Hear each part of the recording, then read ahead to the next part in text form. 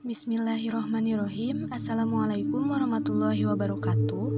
Kami dari kelompok 6 pada kesempatan kali ini akan memaparkan materi mengenai gerakan politik Islam.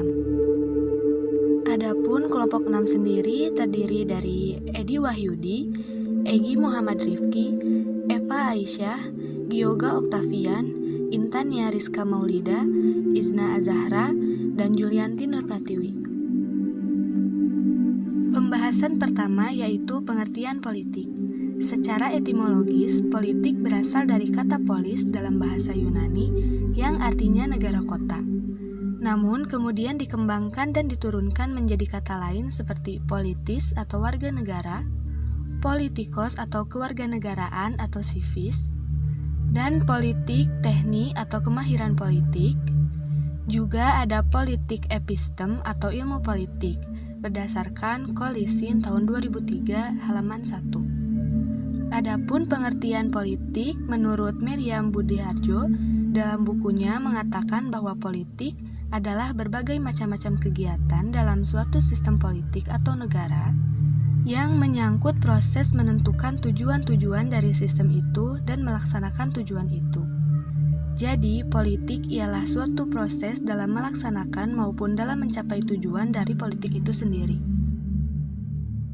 Pembahasan selanjutnya yaitu pengertian politik Islam. Dalam perspektif Islam, istilah politik disamakan dengan kata al-siyasah yang berasal dari kata sasa dengan arti mengatur, mengurus, dan memerintah. Menurut Nasiwan, politik Islam merupakan aktivitas politik sebagian umat Islam yang menjadikan Islam sebagai acuan nilai dan basis solidaritas berkelompok. Pendukung perpolitikan ini belum tentu seluruh umat Islam. Karenanya, mereka dalam kategori politik dapat disebut sebagai kelompok politik Islam, juga menekankan simbolisme keagamaan dalam berpolitik seperti menggunakan lambang Islam dan istilah-istilah keislaman dalam pengaturan dasar organisasi, khitah perjuangan, serta wacana politik model Islam struktural bisa melalui Islam politik atau partai politik atau juga tidak melalui partai. Adapun teori politik menurut Al-Farabi yaitu mencerminkan hubungan yang akrab antara metafisika dengan ilmu politik dalam hal mana terlukis pada pandangan organik manusia dalam hubungannya dengan Tuhan, sesama manusia, dan alam semesta. Dalam teori ini, Al-Farabi secara nyata melukiskan ilmu etika dan politik sebagai perluasan dari metafisika yang tingkat tertingginya adalah pencapaian ilmu tentang Tuhan. Pemikiran Al-Farabi juga dipengaruhi oleh pemikiran Plato yang melukiskan bahwa manusia itu adalah makhluk sosial yang tidak mungkin hidup sendiri-sendiri. Mereka harus hidup rukun, damai, bantu-membantu untuk mewujudkan tujuan hidup bersama, yaitu menggapai kebahagiaan. Itulah masyarakat utama al-mujtama al-kamil yang menjadi tiang utama bagi terbentuknya negara. Pembahasan selanjutnya yaitu karakteristik politik Islam.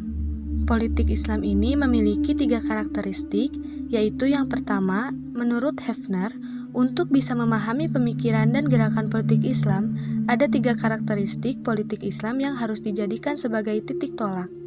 Yang pertama adalah peran para ulama yang merasa memiliki tanggung jawab moral untuk menjaga agar perkembangan sosial politik yang terjadi sedapat mungkin selalu selaras dengan prinsip ajaran agama.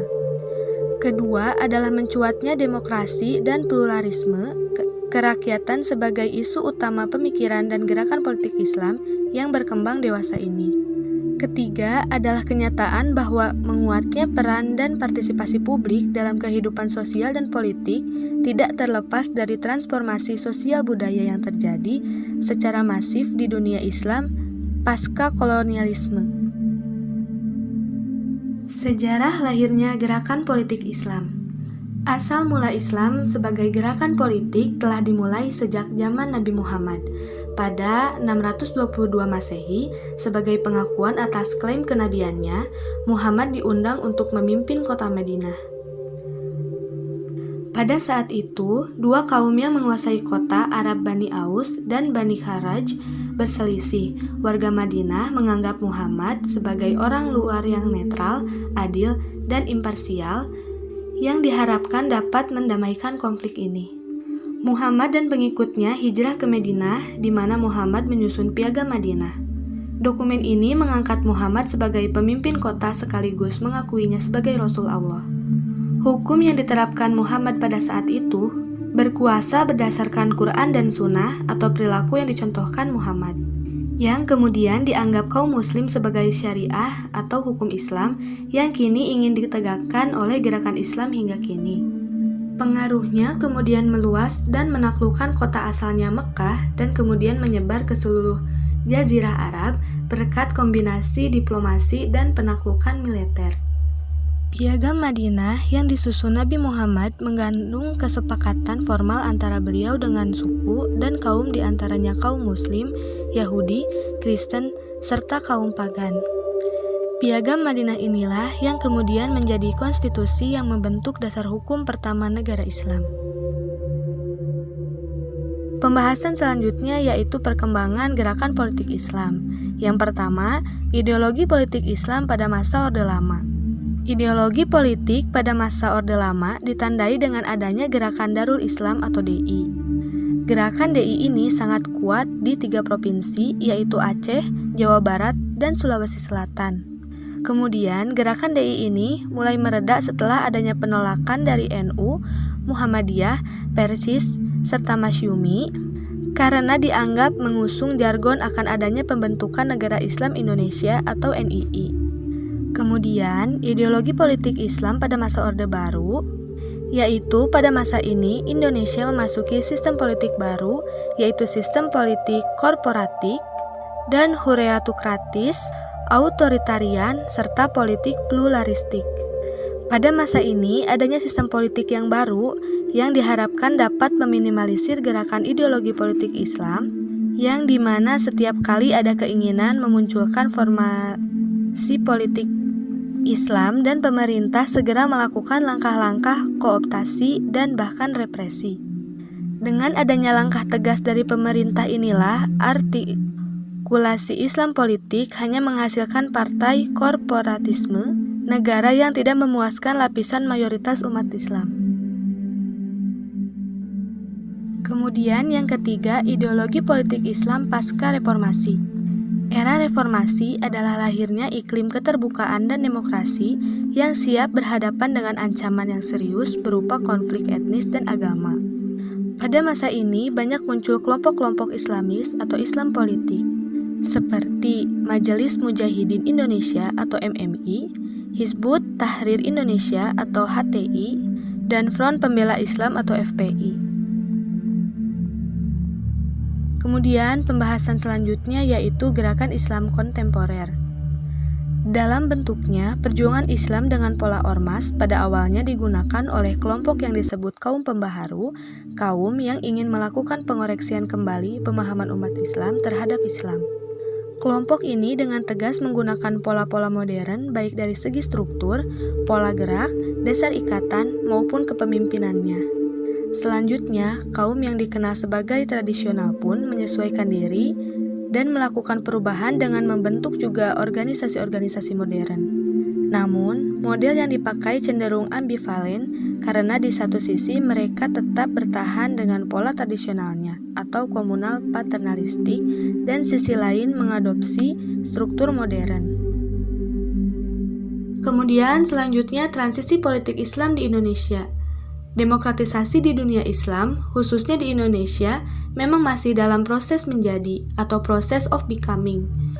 Pasca tumbangnya rezim Orde Baru pada tahun 1998, kehidupan sosial politik Indonesia mengalami, meminjam penjelasan Nur Hadi Hasan tahun 2005, yakni masa transisi, yaitu suatu masa yang tipikal di mana pakem-pakem relasi yang berlaku dalam suatu masyarakat mencair begitu rupa, seiring dengan adanya fragmentasi wacana hegemonik yang dikontrol oleh negara pada masa sebelumnya atau Orde Baru.